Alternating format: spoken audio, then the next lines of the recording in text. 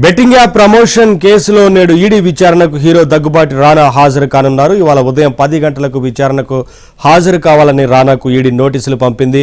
ఇదే కేసులో ఇప్పటికే ఈడీ విచారణకు హీరో విజయ్ దేవరకొండ, నటుడు ప్రకాష్ రాజ్ హాజరై వివరణ ఇచ్చారు.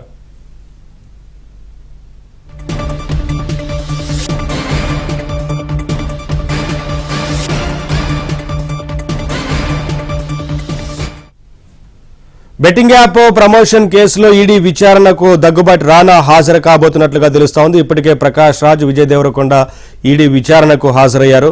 ఇదే అంశానికి సంబంధించి అప్డేట్స్ మా క్రైమ్ కరెస్పాండెంట్ ప్రవీణ్ అడిగి తెలుసుకుందాం. ప్రవీణ్, రానా విచారణకు హాజరు కావాలంటూ ఇప్పటికే ఈడీ నోటీసులు ఇచ్చింది కదా, ఏంటి అప్డేట్స్?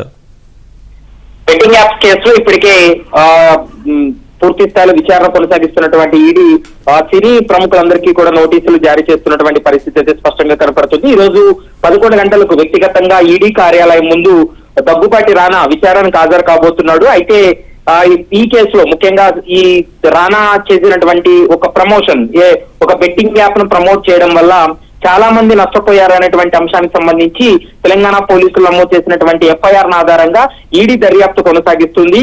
అయితే అందులో భాగంగానే ఈసీఐఆర్ నమోదు చేసినటువంటి ఈడీ అధికారులు సెలబ్రిటీలకు జూలై 21న ఈడీ నోటీసులు జారీ చేసింది.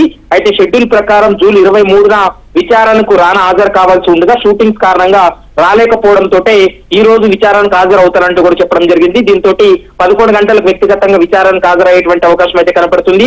ఇక ఈ కేసు జూలై 30న ప్రకాష్ రాజు, ఈ నెల 6న విజయ్ దేవరకొండ కూడా ఈడీ ఎదుట విచారణకు హాజరై సుదీర్ఘంగా వాళ్ళు స్టేట్మెంట్ కూడా ఇచ్చినటువంటి పరిస్థితి కనపడుతుంది. ఇక రానా దగ్గుబాటి తర్వాత ఈ నెల 13న మంచు లక్ష్మి కూడా ఇదే కేసులో విచారణకు హాజరయ్యేటువంటి అవకాశం అయితే స్పష్టంగా కనపడుతుంది.